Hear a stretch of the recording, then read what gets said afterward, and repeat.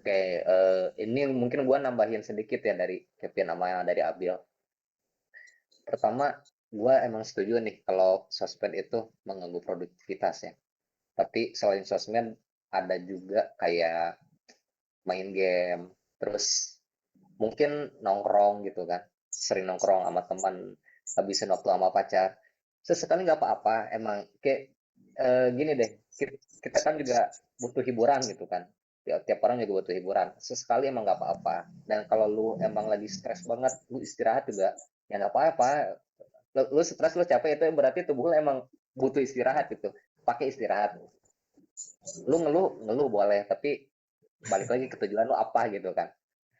Impian lu apa. Dan ini kurang lebih sama sama yang Kevin bilang tadi. Kalau lu pengen, anggaplah lu pengen jadi sesuatu gitu, seorang yang pengusaha sukses, tapi keseharian lu gini mulu gitu kan, scroll sosmed, rebahan mulu, nonton YouTube, ya emang gak bakal rubah gitu. Ini salah satu quotes dari komik yang gua baca nih. Untuk jadi untuk jadi versi diri kita yang pengen kita harus ngorbanin diri versi kita yang sekarang gitu. Lu pengen jadi versi orang lu ya ketika lu sukses, ya lu harus korbanin versi diri lu yang malas. Lu nggak boleh malas-malasan lagi gitu. Oke, selain itu mungkin dari, kalau lu masih sering nongkrong gitu kan, masih sering nongkrong tapi lu pengen kaya gitu, kayaknya emang sulit sih. Jadi mungkin dikurang-kurangin ya, kurang main sosmednya dikurangin, mengelola waktu juga gitu kan. Bisa ngelola waktu kayak ngeset waktu deh, sosmed lo dipakai 2 jam doang gitu sehari, dan nongkrong mungkin dari seminggu sekali doang. Pacaran awalnya sleep call tiap hari jadi seminggu 3 kali gitu. Mungkin Ya, itu sih ya. gini, gue paling gini ya. Sebenarnya kan tujuan dari produktif itu kan mungkin ada satu tujuan terbesar lainnya gitu ya, sehingga produktif ini bakal muncul gitu kan. Kadang kan kalau orang nggak punya tujuan hidup kan, jadi nggak produktif ya. Jadi kayak ya udahlah, gue mau ngapain juga gitu. Jadi makanya nggak produktif tuh. Makanya lu pertama mungkin harus cari tujuan hidup lu juga gitu, biar lu jadi produktif. Kedua mungkin gini, uh, ini mungkin ada kaitannya yang pertama tuh tentang kesehatan mental ya. Lu lu janganlah bandingin diri lu sama orang lain gitu. Kalau lu bandingin diri lu sama orang lain, kembali lagi kata Abil tadi, lu coba jadi gua gitu. Itu nggak mungkin kan. Lu bandingin diri lu sama orang lain, ya itu nggak bakal bisa. Itu nggak bakal bisa. Kenapa nggak bisa? Karena situasi dia berbeda, cara benar kata atau orang tua yang didiknya beda, keuangannya beda, dan lain-lain, banyak hal yang beda, banyak banget yang beda. Yang lu pikir sebenarnya sama aja kelihatannya, cuman nggak, beda bro. Dan akhirnya lu yang bisa lu bandingin adalah diri lu sekarang sama diri lu kemarin. lu Hmm. lu harus bertanya sama diri lu sekarang gitu, apakah lu udah bangga dengan diri lu sekarang? Ketika lu jawab belum bangga, berarti masih ada yang kurang, berarti lu Hmm. salah dalam menjalani hidup kan. Ketika lu Ada yang masih, perlu lu dirubah. iya, harus ada yang dirubah karena lu belum bangga dengan diri lu. Kecuali nanti lu sampai di titik dimana gue bangga nggak sih sama diri gue bangga, oh itu berarti lu udah siap mati dah. Betul, maksudnya lu udah kelar gitu. Karena lu udah bangga gitu. Dan gini, Hmm. ini bagus, gue baru denger juga nih tentang namanya puas. Nah itu puas dan bersyukur. Kadang rasa bersyukur itu salah diartikan gitu ya. Lu mungkin punya perkumpulan teman yang ketika lu punya pencapaian tertentu nih, lu punya motor, lu pengen punya mobil, ya kan, lu pengen punya mobil. Orang-orang pasti kayak ada aja ya kayak, udah lu bersyukur lu udah punya motor, lu daripada lu naik busway, daripada naik kereta gitu kan, bersyukur lu punya motor. Udah lah, lu nggak ada syukur-syukurnya lu gitu.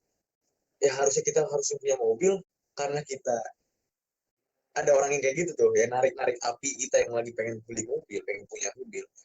Kayak kita jadi, api kita jadi padam gitu.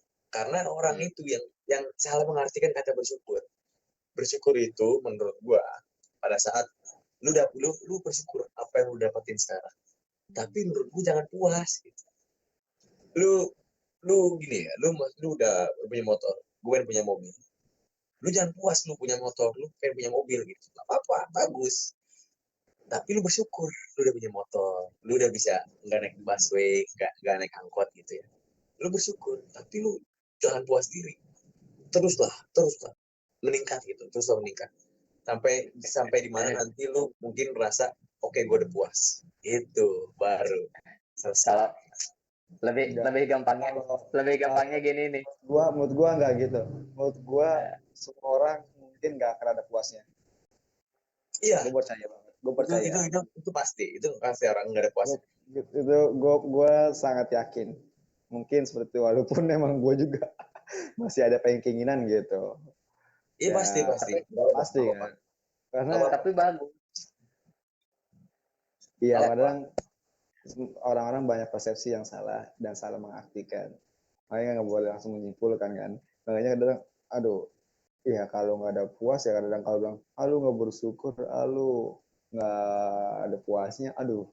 Ketika gue ngebahas pengen, iyalah, gimana sih masa gue puas gininya kan jadi asa pengen nggak ada Iya, itunya kan kasar-kasar jatuhnya iya. jawabannya. Harus bersyukur. Tapi ya ya paling bisa jawabnya gue ya bisa gue kayak gini ya karena gue semangat aja sih. Berarti ya gue harus tetap lebih semangat aja dan menjadi lebih baik. Paling gitu sih jawab respon paling baik sih.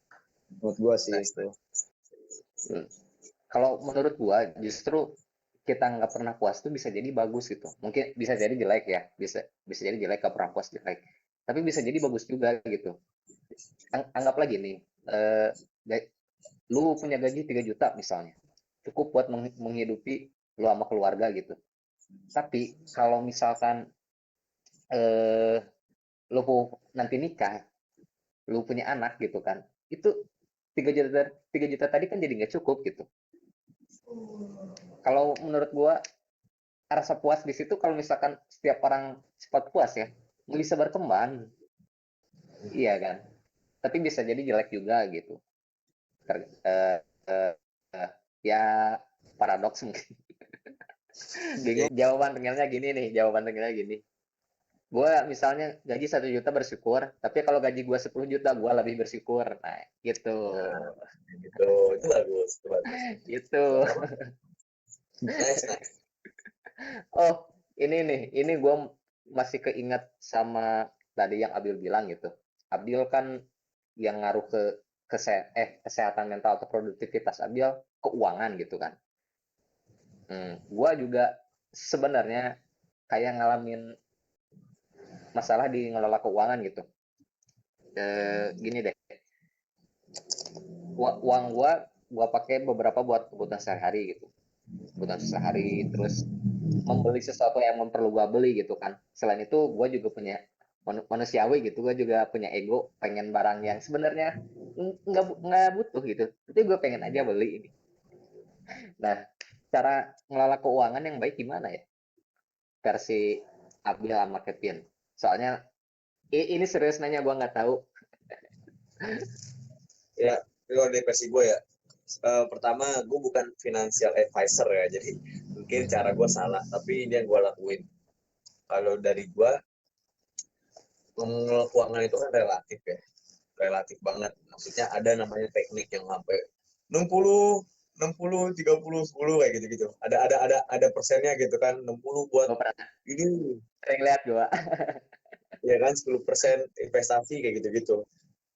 Semua teknik itu nggak bakal berguna pada saat lu udah menjadi kaya. Percaya sama gue. Misalkan uang lu dapat sebulan 1 M. Lu pakai teknik itu ngapain? Lu nyimpen 90% uang lu langsung di bank. Lu hidup dengan 10% dari penghasilan lu 1 M. Tetap hidup. Maksud gue. Maksud gue, jadi nggak, teknik-teknik kayak gitu nggak bakal berguna ketika lu udah jadi kaya. Makanya semua orang punya caranya masing-masing menurut gue. Nggak bisa lu kayak 60, 30, 10 atau 30. Kalau dari gue, uh, gue gini, gue itu selalu berusaha, uh, keinginan gue perkecil, keinginan gue filter, mungkin orang ya, ini teman gue juga banyak ngeliat gue tuh kayak orang pelit sama diri sendiri gitu. Gue sih bodo amat ya, gue sih tutup kuping gitu lah. Kayak ya udahlah, lu nggak ngejalanin, gue yang jalanin hidup gue, uang gue lu berisik gitu kan. Cuman yang jelas adalah gue tuh punya keinginan, gue tuh filter dulu, gue butuh nggak sih kalau gue beli itu, kalau gue nggak beli itu apa yang terjadi gitu.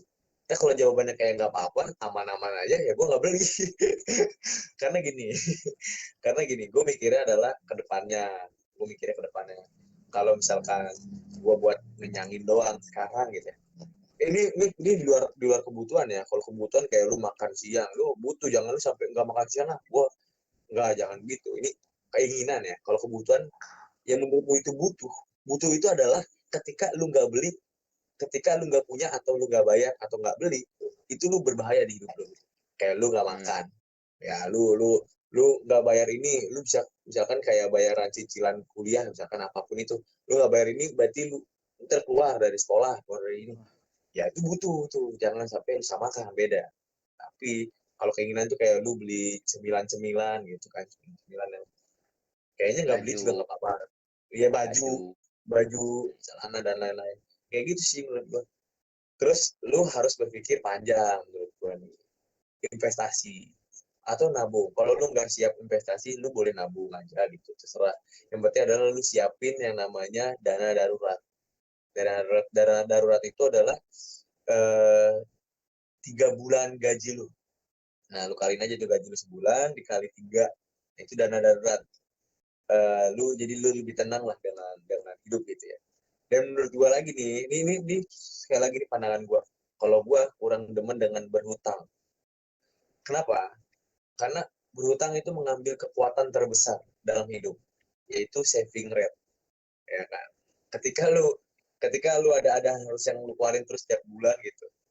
Menurut gua itu udah, lu jadi kayak kayak apa ya namanya? Terikat ya, kayak terikat ya. Terikat. Nggak, Eh, nggak bisa menurut gue ya, kalau sorry. Menurut gue hidup kurang enak gitu kalau ada terikat seperti itu. Gitu. Lu tipe enak tuh yang bebas-bebas aja, lu mau ngeluarin ini kapan gitu. Gitu sih. Gue bukan ya, gue bilang gue bukan financial investor, gue nggak tahu detailnya. Yang jelas itu gue bakal memperkecil keinginan gue untuk keinginan mungkin yang lebih besar lagi gitu, yang nggak cuma sepele sekedar ini gitu, makanan doang atau baju-baju biasa doang gitu. Kecuali baju lu robek, sepatu lu jebol, ya lu harus beli dong. Masa lu pakai compang camping gitu, itu udah butuh jatuhnya. Bukan dengan lagi. Tapi ketika lu punya sepatu satu, punya sepatu dua, bagus-bagus, lu mau beli sepatu lagi, biar apa? Biar nanti ada variasi. Bacot. Variasi apa anjir? Udahlah, nikmatin yang ada. Tapi kembali lagi, itu terserah. Kalau emang uang lu berlebih, why not gitu kan? Kembali lagi, kalau emang lu udah jadi kaya, teknik apapun nggak berguna itu. Makanya mungkin gede income adalah satu-satunya cara untuk lu lebih tenang sih dalam hidup, dalam uang gitu ya, dalam keadaan ini. Sorry, ngomongin keuangan gitu. Karena ilmu kelola uang sebenarnya sama pentingnya dengan ilmu untuk mendapatkan uang, bro. Ketika lu mendapatkan uang 1 M, kalau lu nggak ngerti cara ngelola uang, itu habis. Dijamin habis. Habisnya itu habis dan tidak menjadi sisa lagi gitu. Nggak ada compoundnya lagi, nggak ada. Itu gua kalau lu nggak ngelola itu uang. gua pernah denger juga tuh, kalau misalkan kita anggaplah orang kaya gitu nih, orang yang udah kaya karena dia usaha sendiri gitu, dan orang yang miskin gitu ya, yang belum pernah usaha sendiri atau kerjanya biasa-biasa aja, kalau dua-duanya dikasih 1 M, itu yang orang kaya tahun depan jadi 2 M katanya. Yang satu lagi, yang 1 M jadi habis gitu. Ya, Jadi penting juga sih ngelawan. iya, karena dia belinya apa, konsumtif kan. Dia beli mobil, dia beli motor lagi, dia beli rumah. Ya, habis lah. Kayak yang kemarin di tahun tahun 2022 2021 yang di Jawa Timur tuh yang dibeli sama Pertamina. Banyak orang kayak mendadak itu di kampungnya. Tapi tahun depan habis mobilnya dijual Ya, dijual lagi. sama kayak pemenang lotre, atau misalkan Iya, lu kaya mendadak. Lu pernah dengar kan orang kaya mendadak yang betul, betul. dia mungkin viral atau dia jadi kaya mendadak. Itu Nah, gue pernah dengar juga nih. Itu dibilang sukses itu enggak. Karena Iya, itu namanya uang kaget. Kalau lu betul. nggak ngerti menolak keuangan, itu uang hilang lagi. Nggak jadi apa-apa, itu jadi abu gitu. Makanya, makanya kalau kadang gini, orang menurut gua nih, orang itu punya kenapa mungkin ya Tuhan ngasih segini dulu, ngasih segini dulu, ngasih segini dulu ya. Ini pandangan gue ya. Karena dia itu karena orang itu memiliki batasannya gitu. Mungkin orang ini ketika dikasihnya lebih, bisa jadi dia malah hancur gitu. Ngerti gak sih lo maksudnya? Iya, Eh, iya, paham. mungkin hancur itu gini, bisa jadi dia jadi malah narkoba, beli sabu yang gede mahal, atau dia jadi ke bar-bar mulu gitu kan. Gua nggak pernah itu, akhirnya habis juga gitu. Ya mungkin ada level-level tertentu yang ketika lu ketemu Raffi Ahmad, ketemu Deddy Kobuser, itu otak-otak bisnis tuh kan. Ketika dia dikasih uang 1 M, bakal jadi 5 M itu kali. Karena dia ngerti cara ngelola uang. Karena orang pikir 1 M itu gede, akhirnya dia pikir itu banyak. Akhirnya habis. Coba lu investasiin, lu jadiin bisnis. Nih ya, lu 1 M. Lu bisnis yang modalnya 1 juta. Berarti lu punya nyawa sebanyak berapa tuh? 1.000 nyawa. Lu punya 100 Hmm. juta, lu dengan modal usaha 1 juta. Lu punya 100 nyawa. Maksudnya 100 nyawa apa? Ketika 1 juta ini bangkrut, lu masih ada 1 juta lagi. Sampai 100 kali. Paham maksud gue? Jadi, Iya, iya, iya. ya itu jadi nyawa, coy. Nyawa dulu itu. Makanya lu punya 100 juta, wah gue pakai dulu lah buat beli motor, tinggal tinggal 5 juta. Bangke, nyawa lu jadi 5 juta. Itu. Terus udah tinggal 5 juta, usaha modal 5 juta. Habis ya kalau bangkrut. Makanya maksud gue, itulah, itu jadi nyawa sih. 1 juta, 1 juta, 1 juta gagal. Itu sih. Itu ya paling. Sorry kalau jawaban gue kurang bagus sih. Cuman itu yang dari gue. Perkecil keinginan aja. Sampai nanti penghasilan lu udah besar, udah boleh lah selalu lah. Ya sampai lu bisa makan fancy, makan yang mewah tuh tiap hari tuh. Berarti itu udah besar tuh. Ya itu lah terserah lu lah kalau lagi. Kalau sekarang ya udah. Oh satu lagi, jangan sampai lu dengan cara untuk mengelola keuangan ya, ingin mengelola keuangan terus lu pikir lu hemat-hemat terus gitu ya. Bagus, hemat-hemat terus, tapi lu harus berpikir cara gedein income menurut gue. Lu mau mengelola keuangan segimanapun, hemat terus tanpa lu berpikir untuk memperbesar keinginan lu, memperbesar mimpi lu ya, mencapai mimpi lu. Sayang sih menurut gua. Ya nggak apa-apa, tapi kalau bisa tetap hemat tapi lu tetap pikir gimana caranya biar bisa lagi, gimana caranya itu Hmm. biar compound. Ngomong. Benar sih. Kalau misal kita gaji 10 juta gitu, pengen beli rumah 5 juta habis buat kebutuhan sehari-hari sebulan gitu. Kita ngumpulin sebulan tuh 3 juta, 3 juta, 3 juta.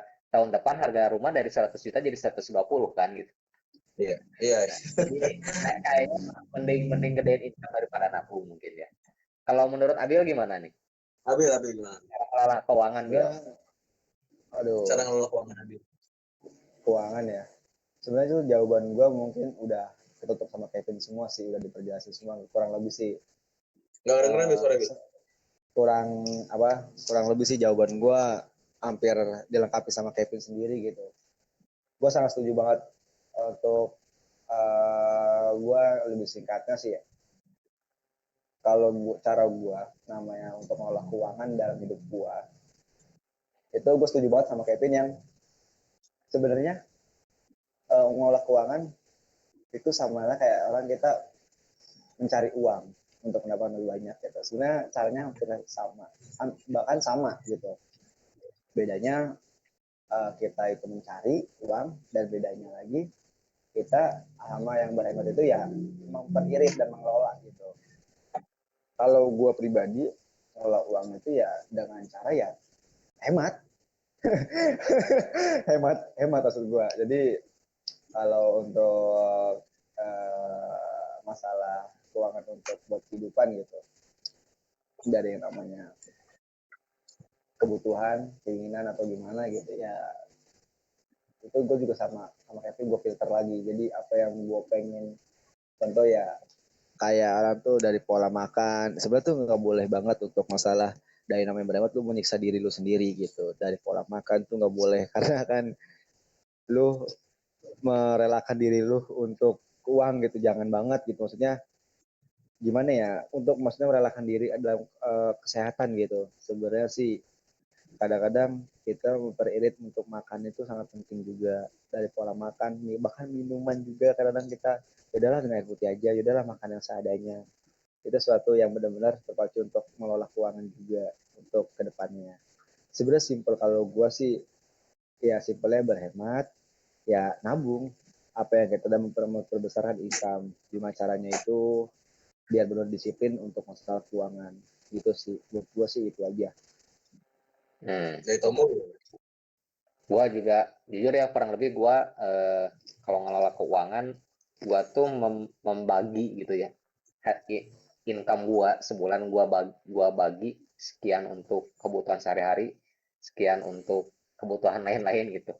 Dan mungkin yang jadi sulit bagi gua tuh udah kejawab sama Kevin sama Abil sih. Pertama, kenapa gua kesulitan? Gua mungkin kurang berhemat.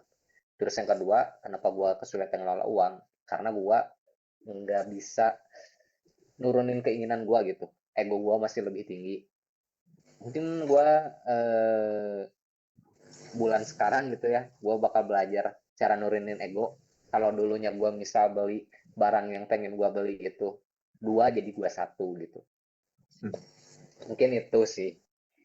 Emang belinya barang apa sih, barang apa? Nah sih ya.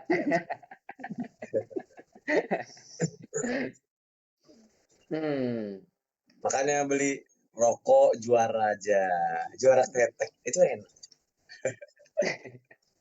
Juara kretek harga terjangkau, enak lagi. Enggak, gua buatin jarum coklat aja. Iya, enak, enak bro itu. Aduh, gue jadi kangen aja merokok bareng.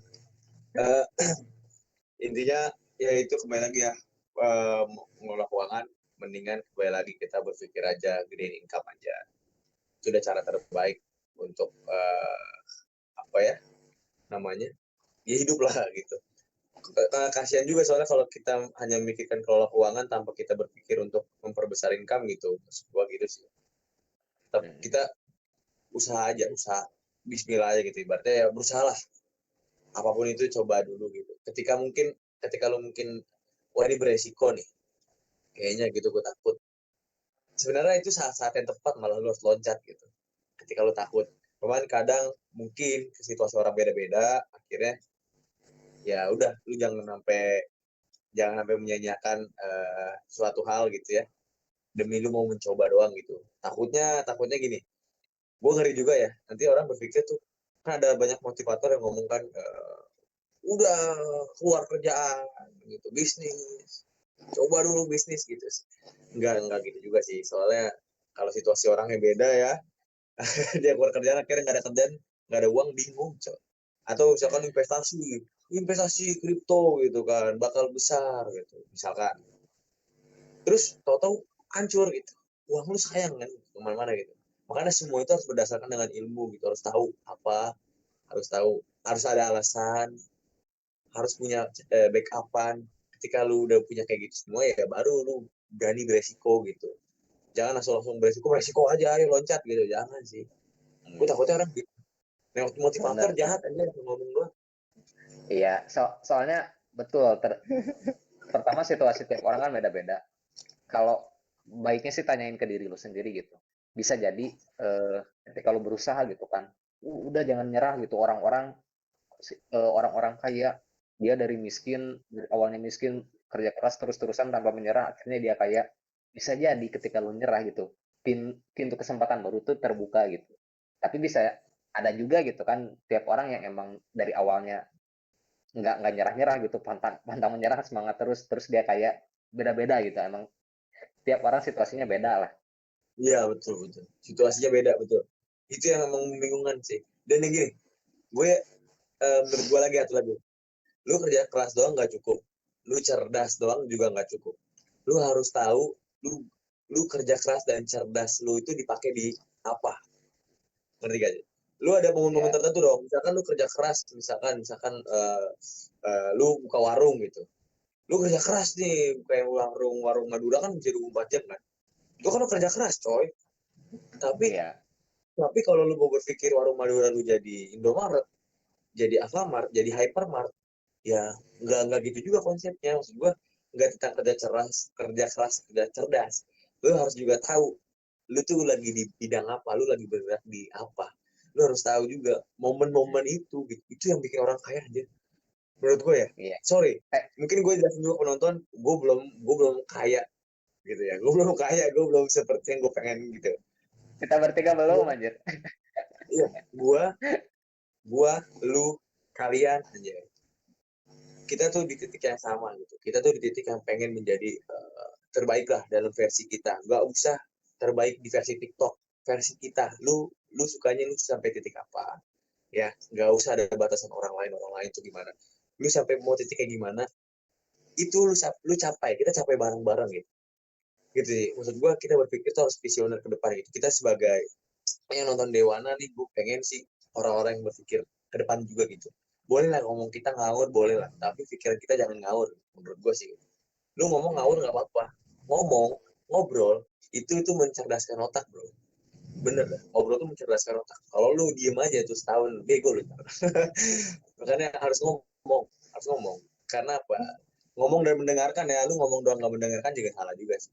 Ya semua itu banyak salah lah, kalau lu selalu berlebihan tuh salah. Emang hidup ini begitu. Ya hayu, yang penting mah hayu gitu. Ayo berusaha. Gitu sih dari gua untuk malam ini. Hmm.